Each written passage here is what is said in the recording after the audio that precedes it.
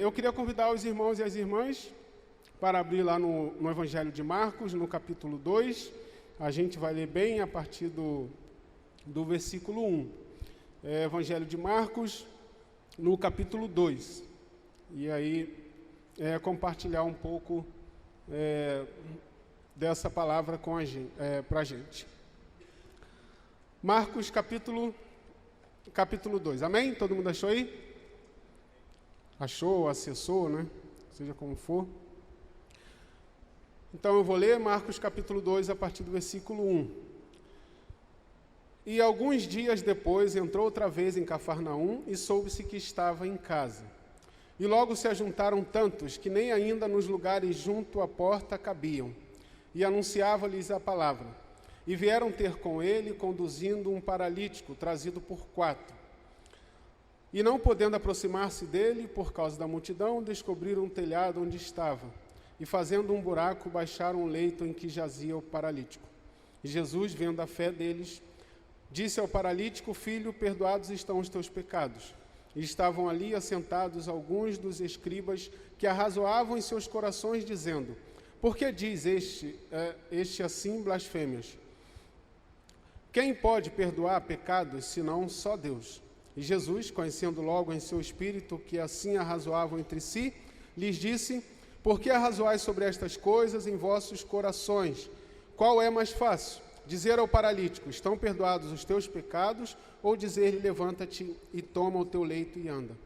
Ora, para que saibais que o Filho do Homem tem na terra poder para perdoar pecados, disse ao paralítico: A ti te digo, levanta-te, toma o teu leito e vai para a tua casa. E levantou-se e, tomando logo o leito, saiu em presença de todos, de sorte que todos se admiraram e glorificaram a Deus, dizendo: Nunca tal vimos. Obrigado, Deus, pela tua palavra, que o Senhor nos abençoe na reflexão sobre ela, que o Senhor nos inspire, que ela não se encerre aqui nessa noite, nesse momento, mas que ela possa germinar no nosso coração e alimentar a nossa reflexão ao longo da semana, para que ela possa inspirar também a nossa vida. Em nome de Jesus, amém.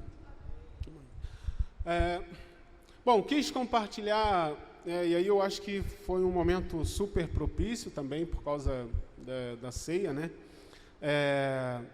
Uma palavra em que, em grande parte, a gente está falando dessa relação de amizade, que a gente vai entrar nessa relação especial, mas quase como um passo a passo. Eu queria pensar primeiro nessa possibilidade de fazer uma leitura dessa narrativa, dessa história, né, que culmina na cura do paralítico, mas uma história que começa com Jesus que vem de uma jornada e está em casa para descansar. Eu acho sempre essas falas simples que dão uma ideia dessa fragilidade de Jesus, né? Hoje de manhã a gente falou um pouco sobre isso. Parece que é estranho falar Jesus e fragilidade na mesma frase, mas Jesus com essa relação de fragilidade, que é essa relação de simplicidade, Jesus que vem de uma jornada, Jesus que se cansa. É estranho, né? Parece... A gente não associa muito a imagem, a ideia de Jesus com o cansaço, como alguém que, como Deus encarnado, como humano, como ser humano, como alguém, era alguém que também cansava, né? Pensar no diálogo de Jesus com a samaritana, em que Jesus está vindo de um longo trajeto, e como que essa conversa começa? Começa com Jesus que está cansado e para descansar à beira do poço. Essa ideia é importante para a gente pensar nessa relação de Jesus com essa simplicidade. Jesus pensado na vida comum, porque às vezes a gente pensa em Jesus tanto como Deus, de uma maneira tão divina, de uma maneira tão abstrata, que parece... irreal que Jesus, parece que Jesus não cansava, parece que Jesus não se cansava de andar muito, parece que Jesus não suava, parece que Jesus não tinha um cecezinho de vez em quando, parece que Jesus não ficava com sede, que Jesus não ficava com fome. A gente tira Jesus dessa dimensão de humanidade, da vida simples, da vida comum, e essa é uma história que começa com uma trajetória, com uma história comum, de Jesus que vem de uma jornada e está descansando. Jesus está em casa, retorna de uma jornada para descansar, mas Jesus que é buscado por tanta gente, e aí as pessoas descobrem que Jesus está em casa. né? Jesus que chega ali de madrugada olhando para ver se ninguém está prestando atenção que ele está chegando, mas sempre tem alguém, né, que está de olho e avisa, ó, Jesus chegou. E aí de manhã, quando Jesus vai ver, tem uma multidão na sua porta, mas Jesus se relaciona com a história, com a vida comum de uma maneira simples. Aqui, nesse momento, na nossa fala, na nossa conversa, para pensar Jesus dentro da vida simples, Jesus dentro da vida comum, Jesus fora dessa ideia extremamente distante, tão institucionalizada, tão abstrata, tão espiritualizada, que não parece que é um de nós, parece que não se relaciona com a gente a partir de uma humanidade, a partir do toque, do abraço, da conversa, a partir das coisas simples do dia a dia. E pode ser extremamente importante a gente pensar Jesus a partir das coisas simples do dia a dia. Não apenas na dimensão do poder e do milagre, mas a partir da dimensão de um Jesus que tem a simplicidade da vida do dia a dia. O que conecta a nossa vida e a nossa relação com Jesus é exatamente a sua relação com a vida comum, com o dia a dia. Jesus que gastava tempo ensinando, né? O texto diz que Jesus ensinava. E aqui tem uma questão interessante, que é o Evangelho, ele é anunciado a partir do diálogo. O Evangelho não é anunciado a partir da imposição. O Evangelho não tem relação, o Evangelho não é coerente, o Evangelho não é conivente com qualquer forma impositiva de ser colocado. O Evangelho é anunciado no diálogo. O Evangelho é apresentado a partir de Jesus, a partir do diálogo, da conversa. O Evangelho é uma vivência de experiência. O Evangelho é uma conversa sobre uma experiência libertadora, uma experiência que fala do reino de Deus, uma experiência que fala de justiça, uma experiência de uma transformação que é extremamente impactante. O Evangelho não tem nenhuma conexão com formas impositivas de ser colocadas, doutrinárias, controladoras, dominadoras. O Evangelho só se apresenta. O Evangelho com Jesus e a partir de Jesus só é apresentado. Ele é apresentado a partir do diálogo, a partir da conversa. O ensino é uma conversa. O ensino é o bate-papo. O ensino é o diálogo. E o diálogo não é apenas a forma doutrinária como Jesus fala, mas alguém que está disposto a ouvir, alguém que está disposto a conversar, e conversa indica audição, escuta, ouvir. E isso é interessante porque, em grande parte, a nossa tradição evangélica, na nossa tradição, a igreja sempre se colocou no lugar de quem fala. Como ela é a representante legal de Deus, como ela usurpa para si, ou outorga para si esse direito, ela durante muito tempo, e por que não dizer ainda hoje, se coloca sempre no lugar de quem tem muito para falar e pouco para ouvir. A igreja tem muito para falar para todo mundo e não ouvir nada de ninguém. Durante muito tempo, a igreja sempre quis pautar o mundo porque a igreja é a única que tem o que dizer ou que sabe o que dizer. Mas Jesus sempre colocou no aspecto do diálogo. A relação com Jesus sempre foi a conversa, sempre foi o ensino. E o ensino é uma troca, o ensino é uma conversa, o ensino é o diálogo, o ensino é a caminhada do dia a dia. A pedagogia de Jesus é uma pedagogia que se faz numa conversa que está no dia a dia, no segmento, que é completamente diferente de qualquer perspectiva impositiva. Amém? O Evangelho é, sobretudo, uma conversa. O anúncio é uma experiência. O anúncio é um diálogo. O anúncio não é uma imposição. Então, Jesus atraía a multidão, sobretudo por conta da sua capacidade de conversar e de ser leve. Conversar com Jesus, é leve conversar com Jesus, né? E o Leonardo falou tanto, né, dos momentos atuais, e tem sido tão difícil, né, conversar, ouvir algumas vozes evangélicas, algumas conversas evangélicas, é tão difícil. Tem tanto peso em tantas conversas evangélicas que a gente prefere nem conversar, que muita gente prefere nem conversar, prefere não puxar esse assunto porque não vai dar bom esse assunto. O assunto é sempre pesado, carregado, controlador, cheio de verdades, cheio de imposições. A conversa com Jesus é uma conversa leve, uma conversa onde alguém pode se sentir à vontade para poder falar, aonde outras perspectivas também são consideradas. Então, Jesus se coloca nesse lugar do profeta, da vida simples. Nesse sentido, Jesus está mais, para Eliseu do que para Elias, né? Se a gente pensar que Elias é aquele profeta da radicalidade, né? Elias é aquele cara que, se não for para cair fogo do céu, eu nem profetizo. Entendeu? A parada começa a partir de caindo fogo do céu. Se não tiver isso, eu nem saio de casa. Mas Eliseu não. Eliseu é um cara da profecia do dia a dia, das coisas simples. As histórias das profecias, dos milagres, das coisas feitas por Eliseu falam de uma coisa cotidiana. Eliseu é aquele cara que ajuda a construir uma casa. Eliseu é aquele cara que participa da culinária, onde os amigos fazem uma refeição, fazem algum alimento que quando todo mundo vai provar é um alimento está horrível, né? O cara vai provar e diz assim, nossa, tem a morte na panela. Já pensou, você ouviu uma frase? Faz a comida com todo carinho, alguém prova e diz, caramba, tem alguém morto aí dentro, mano? E Eliseu vai lá com todo carinho, com toda sabedoria profética. Ele consegue um outro ingrediente, vai lá e transforma uma outra comida, uma outra culinária, o Masterchef do antigo Israel, tá ligado? Eliseu faz uma outra refeição que eles provam e se torna agradável. Isso é uma coisa do dia a dia, do dia comum. Eliseu que participa da construção de uma casa, né? Vocês conhecem essa história, que o cara está cortando umas árvores e o ferro do machado do cara voa, cai lá no lago. Tum! O que o cara diz desesperado? Meu Deus do céu, o machado era emprestado. Não é uma coisa do dia a dia? Já percebeu quando você pega alguma coisa emprestada e escangalha exatamente na sua mão? O irmão acabou de comprar o carro, né? Você pede o carro emprestado para o irmão, rapaz, o carro é nosso, é para partilhar mesmo, pode usar.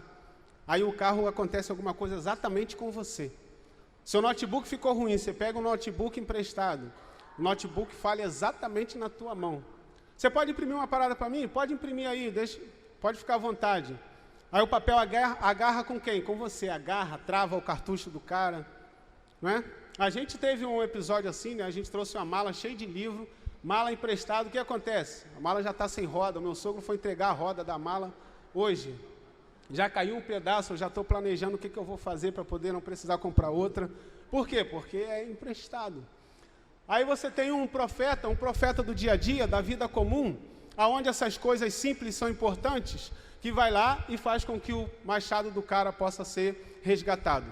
Um profeta da vida simples, um profeta da vida comum. Não é um profeta do espetáculo, das coisas grandiosas, mas o profeta do dia a dia, profeta do convívio, da amizade, onde as coisas acontecem, as situações acontecem no dia a dia, na vida comum com quem as pessoas se identificam.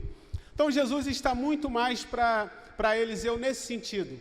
Jesus é um profeta da simplicidade, alguém que ainda que dotado de grandes poderes e de grande autoridade, escolheu uma vida, uma caminhada que é pautada na simplicidade. Uma simplicidade quase constrangedora, se a gente for fazer algumas comparações.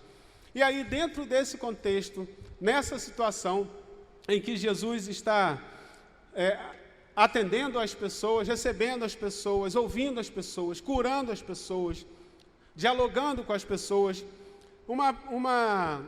uma situação interessante acontece, né, de 4 amigos, e aqui como que essa passagem fala do valor importante, né, da amizade.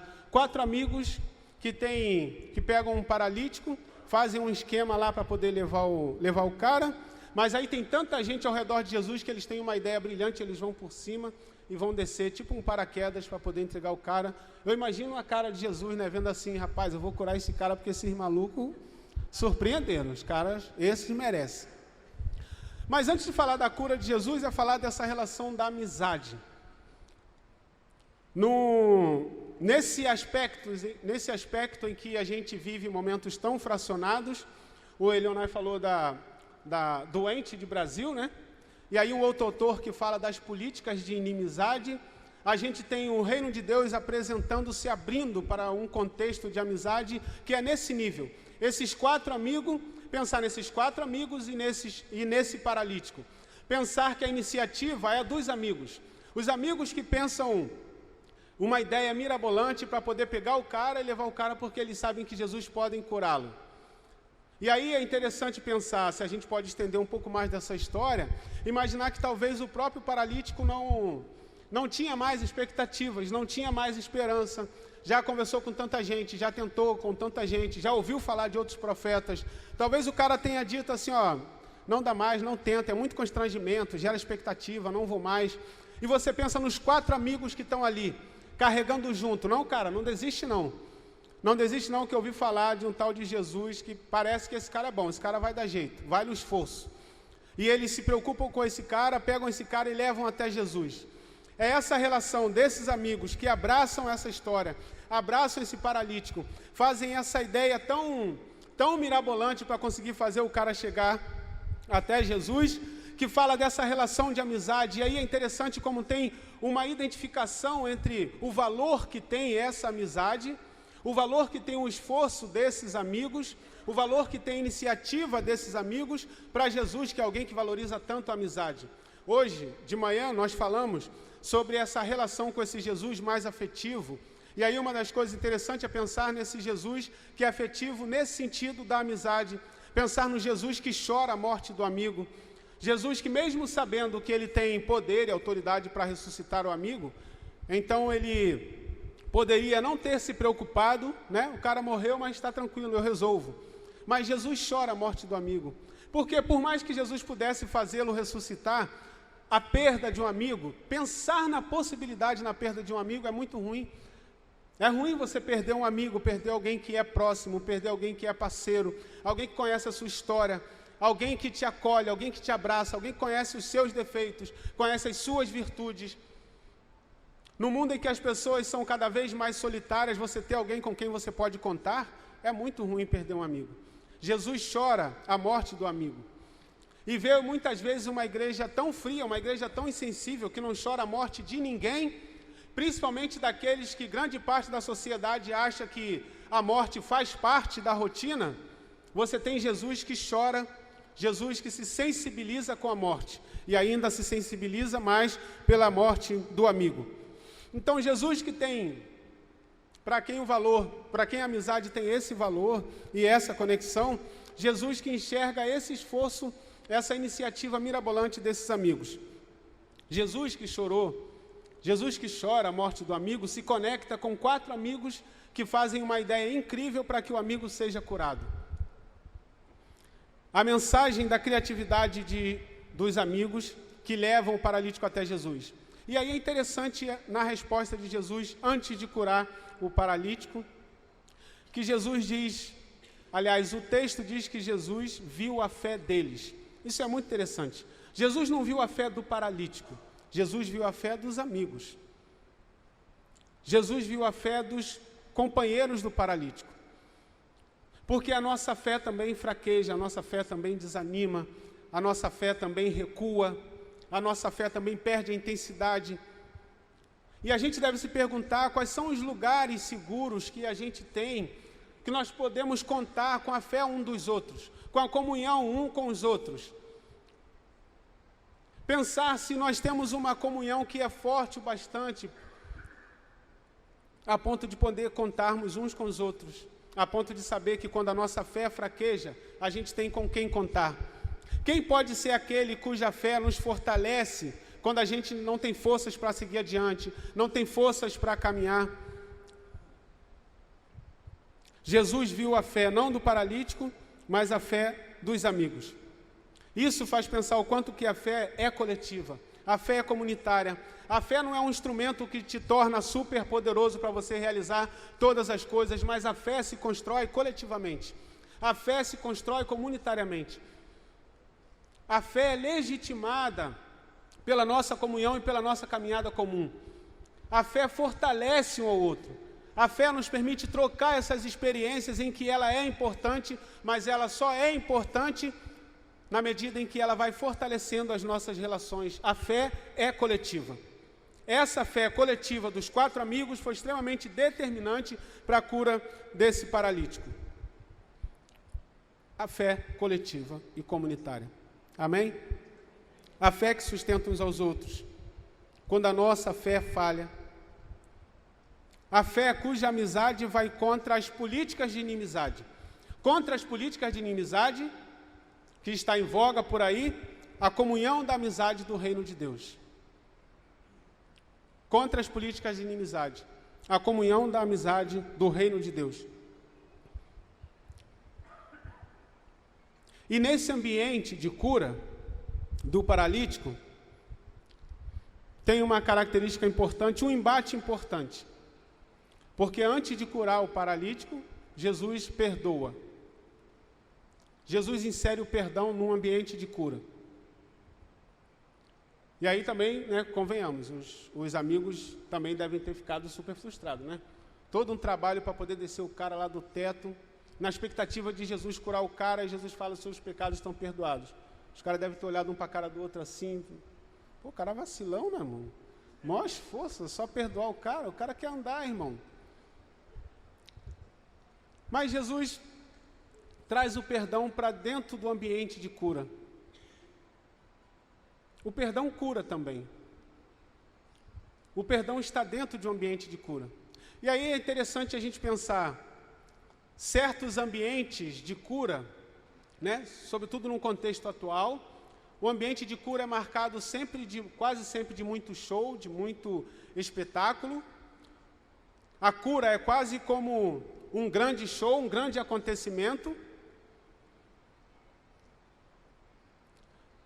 E ao contrário disso, o ambiente de cura de Jesus é um ambiente simples, marcado pelo perdão. Jesus perdoa antes de curar. Primeiro mostra o quanto que o perdão é importante. O perdão como uma força importante. O perdão não é uma fraqueza e um esquecimento. O perdão, ele é extremamente importante. Ele é um instrumento importante.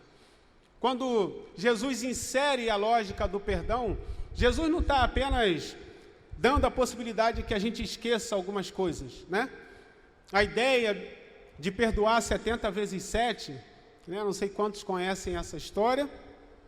Pensar por que Jesus insere a ideia do perdoar 70 vezes 7, e toda vez que a gente pergunta por que Jesus fala 70 vezes 7, as pessoas dão as teorias mais mirabolantes. Alguns acham que é 70 vezes 7 porque acham que se a gente fizer a conta, uma hora a gente vai perder a conta, a gente vai começar de novo, aí a gente vai estar sempre perdoando. Mas isso é pouco provável, porque Jesus sabe também que a gente é ruim. Se fosse para contar, a gente ia contar um por um até completar para dizer, acabou, não perdoo mais. Então Jesus sabe que a gente não ia dar esse mole. O cara ia andar com a calculadora aqui, mano, desculpa, você foi o último. Agora não perdoo mais. Alguns falam do 7 como um número de perfeição. Então você tem... Uma vez eu fui falar numa igreja em São Paulo, aí eu falei essa história de 70 vezes 7, só que eu falei, por que Jesus fala 70 vezes 7? Mano, apareceu um cara que estava sentado assim na frente, ele fez uma conta tão louca, porque ele fez o 70 vezes 7, que dava 400 e não sei quanto, aí ele fez uma conta que tinha uns decimais, eu falei, não, aí os decimais, mano, esse aí, agora você realmente ultrapassou todos os... O cara fez uma conta gigantesca para poder dar o simbolismo de 70 vezes 7. Desculpa. Mas eu acho interessante a gente enfatizar o porquê Jesus fala 70 vezes 7. Dizer que isso tem uma razão, que isso tem um motivo. Quando Jesus fala 70 vezes 7, ele está dialogando diretamente com o contexto de Gênesis 4. Porque em Gênesis 4 você tem um trecho chamado Canto de Lameque, em que Lameque diz, eu feri um homem porque pisou no meu pé, feri um jovem porque pisou no meu pé e um homem porque me feriu, porque se Caim foi vingado 7 vezes, Lameque será vingado 70 vezes 7.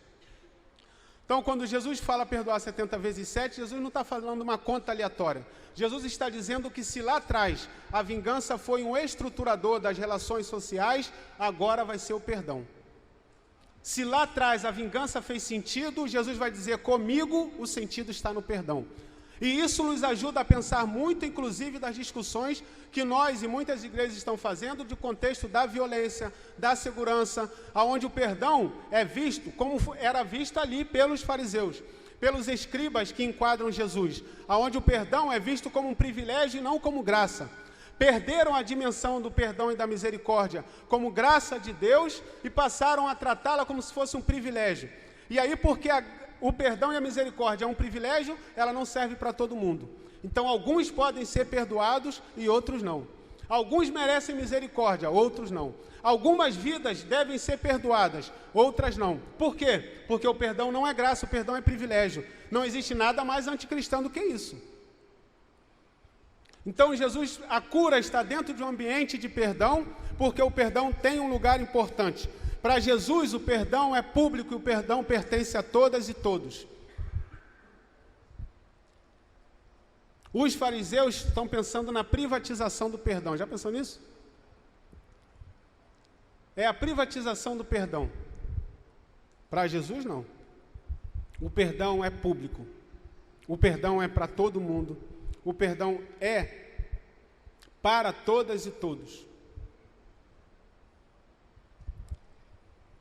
Então, assim como querem controlar o perdão, os fariseus querem controlar o amor, né? Decidir quem pode ser amado, como se deve amar e quem pode amar. Para Jesus, o amor é público, é de todas e todos. O perdão é público, é de todas e todos. Então, isso coloca Jesus com uma mensagem muito significativa, ousadamente, né, significativa. Isso mostra, inclusive, que Jesus está se posicionando com um lado extremamente bem definido. Isso ajuda a gente a pensar, e acho que é importante para a gente pensar hoje, que Jesus não é aleatório a tudo. Essa ideia do Jesus apático, né? Um Jesus completamente apático, despolitizado. Jesus tem lado, Jesus se posiciona, claro que se posiciona. Tem alguma referência, e as referências estão ali, estão nos evangelhos. As escolhas que Jesus faz, a escolha da encarnação já é uma escolha significativa. A gente pensa na soberania de Deus e pensar que a encarnação poderia acontecer em qualquer lugar, não podia? A encarnação poderia acontecer, Jesus poderia nascer num palácio, né? Filho de um rei, uma rainha, podia ter lá o contexto do Espírito Santo e tal, mas dentro de um reinado, poderia nascer num berço de ouro, mas nasce numa manjedoura, numa periferia, num contexto de perseguição. Só essa escolha de Deus já diz muita coisa. Se Deus é soberano para poder o contexto da encarnação acontecer em qualquer contexto, por que será que acontece exatamente nesse? Por que Jesus nasce pobre? Por que Jesus nasce num contexto de perseguição? Por que nasce numa manjedoura? É aleatório? Foi por acaso? Deus disse, encarna aí, o que acontecer, aconteceu, e aí Jesus deu um azar, nasceu numa manjedoura? Não.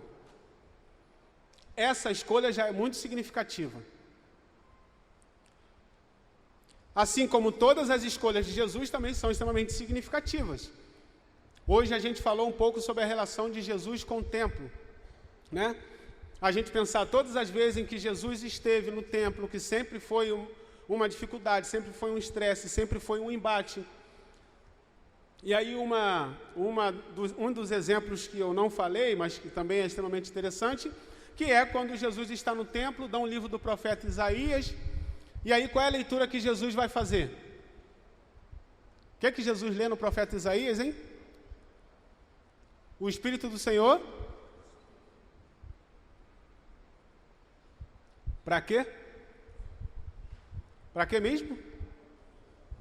Só uns burburinhos assim, então. Será que Jesus faz essa leitura do livro de Isaías à toa? Pensa que o livro de Isaías é tão grande, né? E Jesus poderia ter escolhido qualquer trecho, falar sobre Deus, Deus grande, poderoso. Mas Jesus escolhe esse, especificamente. Jesus sabe exatamente onde ele está, para quem ele está falando. Ele sabe quem está ouvindo. E aí Jesus frustra as expectativas de toda uma hierarquia sacerdotal, de toda uma liderança, que esperava que ele pudesse fazer qualquer leitura, mas ele faz essa leitura do livro de Isaías. Porque ele sabe que ali no templo, com aquela hierarquia sacerdotal, com aqueles líderes, com aquela elite, ele sabe como os pobres estão distanciados daquele lugar. Ele sabe que, inclusive, no templo, muitas pessoas não estão, porque o templo não permite, porque o nível moral e de exigência moral do templo não permite com que muitas pessoas tenham acesso ao templo. Então ele lê exatamente esse texto e ele é taxativo. Eu vim para evangelizar os pobres. O Espírito do Senhor está sobre mim para quê? Para evangelizar os pobres, para libertar os cativos, libertar os presos. E quando Jesus está falando dos presos, dos cativos, dos pobres, quando ele está falando dos pobres, ele sabe que os ricos estão ali no templo entre a elite que está ali o assistindo. Quando ele fala dos presos e cativos, ele sabe que grande parte da sociedade, da parcela pobre da sociedade, é subjugada pelo poder, mas também pelo templo, pelos sacerdotes do templo. Então Jesus faz exatamente essa escolha. A gente pensar, por exemplo, só como ilustração, Eu estou aqui com uma Bíblia que é só Novo Testamento. Não vim pronto para a revelação de Deus, caso fosse no Antigo, né? Vim só com a Bíblia do Novo Testamento. Mas é como se, imagine se Jesus lê no livro de Isaías, capítulo 5, se eu não me engano, versículo 8. Imagine Jesus sendo convidado para falar num culto, sei lá, da bancada ruralista, ligado? Todo mundo ali, né? O agronegócio todo reunido. Entregam um livro de Isaías para Jesus. E Jesus lê no capítulo 5. E aí esse trecho do capítulo 5, em que o profeta diz: ai de vós que ajuntam casas e casas, de terra em terra, até que vocês sejam dono de tudo e impeçam as pessoas de terem acesso à terra. Imagine o nível de frustração. Por que Jesus leu esse trecho de Isaías 61? Porque ele sabia exatamente com quem ele estava falando.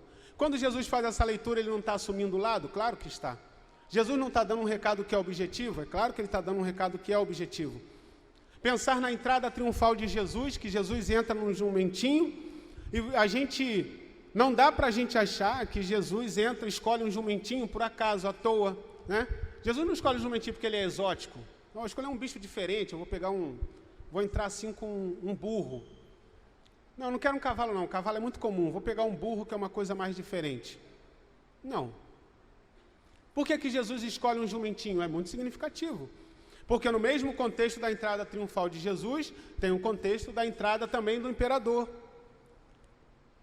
E como é que o imperador entra? Com seus cavalos de guerra, os seus soldados, impondo autoridade, impondo medo. Diante disso, qual é a escolha de Jesus? Jesus escolhe um jumentinho. O recado de Jesus é tão direto para dizer que ele não se relaciona com esse nível de poder, que ele não faz questão de entrar nem num cavalo, ele escolhe um jumentinho. E olha que Jesus nem compra o jumento, ele arruma um jumento emprestado ainda por cima. Não tem um trabalho nem de comprar o bicho, ele arruma um emprestado, depois eu te devolvo. E Jesus faz uma entrada triunfal em um jumentinho. E aí você tem do lado a entrada triunfal do imperador, que é marcado pelo medo, pela resignação, pela intimidação.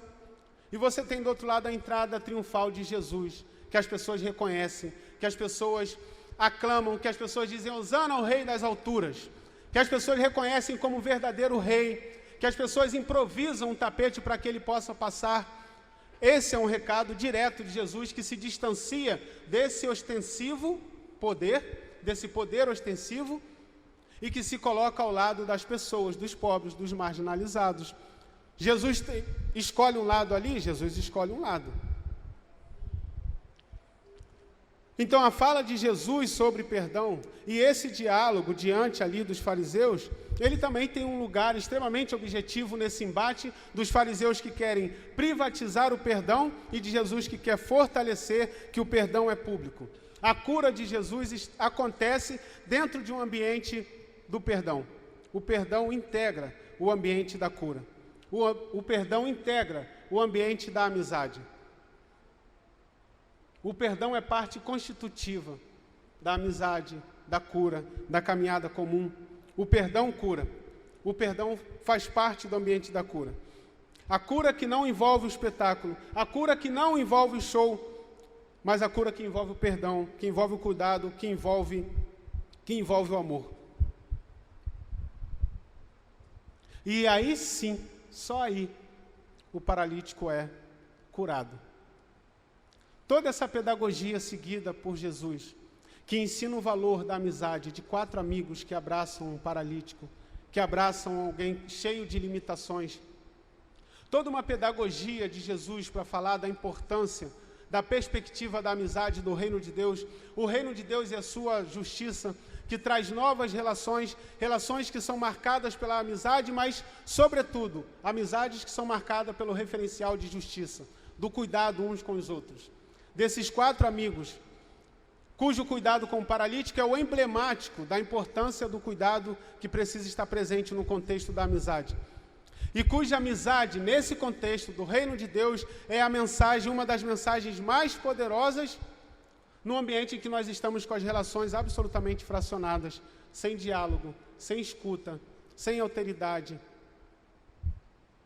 sem paciência, sem cuidado, sem descanso. Ver a importância, o simbolismo importante que é Jesus que busca o descanso. A gente, em um tempo em que a gente não consegue descansar, a gente não consegue parar a nossa mente, o tempo todo a gente está demandado, o tempo todo a gente precisa dar respostas, o tempo todo nós somos bombardeados com notícias, situações, o tempo todo posicionamento, o tempo todo cuidado, o tempo todo nós somos impregnados pela perspectiva da violência, pela perspectiva da hostilidade, pela perspectiva do preconceito. O tempo todo nós somos marcados pela resistência, a gente não consegue um momento que seja o nosso deserto, esse momento de parar, esse momento do descanso, esse momento em que a comunhão nos fortalece como lugar onde a nossa amizade se torna o grande emblemático de resistência e comunhão. O reino de Deus, como um grande espaço, um grande lugar seguro para desenvolver as nossas amizades, a nossa comunhão e, consequentemente, a justiça do reino de Deus. Amém?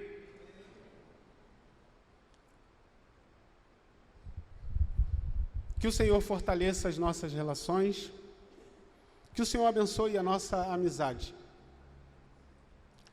que o Senhor nos permita ouvir com muita sensibilidade quais são os caminhos que, em meio a tantos gritos, que mesmo anunciando como gritos que evocam de uma igreja, de uma experiência evangélica, mas são gritos distorcidos, que nos distanciam da simplicidade, da simplicidade, da simplicidade do Evangelho. Esse Evangelho que, tão simples, chega a ser perturbador. Parece paradoxal, mas a simplicidade do Evangelho é perturbadora num mundo extremamente hostil. Disse hoje de manhã e repito, qual seria a grande possibilidade da gente, em meio a tantas loucuras, tantas propostas, a proposta de um Jesus tão distante daquilo que está narrado no Evangelho, qual seria a grande possibilidade da gente minimamente se preservar? Parece um paradoxo, porque isso era uma coisa que a gente deveria viver fazendo. Mas quanto mais a gente se aproxima da experiência, da vivência de Jesus nos Evangelhos, mais próximo disso nós vamos estar. Parece loucura, mas muitas das falas, das posturas, das pregações, dos sermões, das teologias, que você filtra a partir da experiência, da vivência de Jesus, não das teologias, mas da vivência de Jesus, é possível você perceber uma discrepância absolutamente incômoda. Como nós tornamos a experiência da vivência de Jesus como esse filtro principal para a nossa vivência cristã num dia de hoje? A vivência de Jesus. Isso é o Evangelho. O Evangelho é, sobretudo, um diálogo. O Evangelho é, sobretudo, uma experiência. E essa experiência só pode estar baseada na experiência da vivência de Jesus. Amém? Queria convidar você a ficar de pé.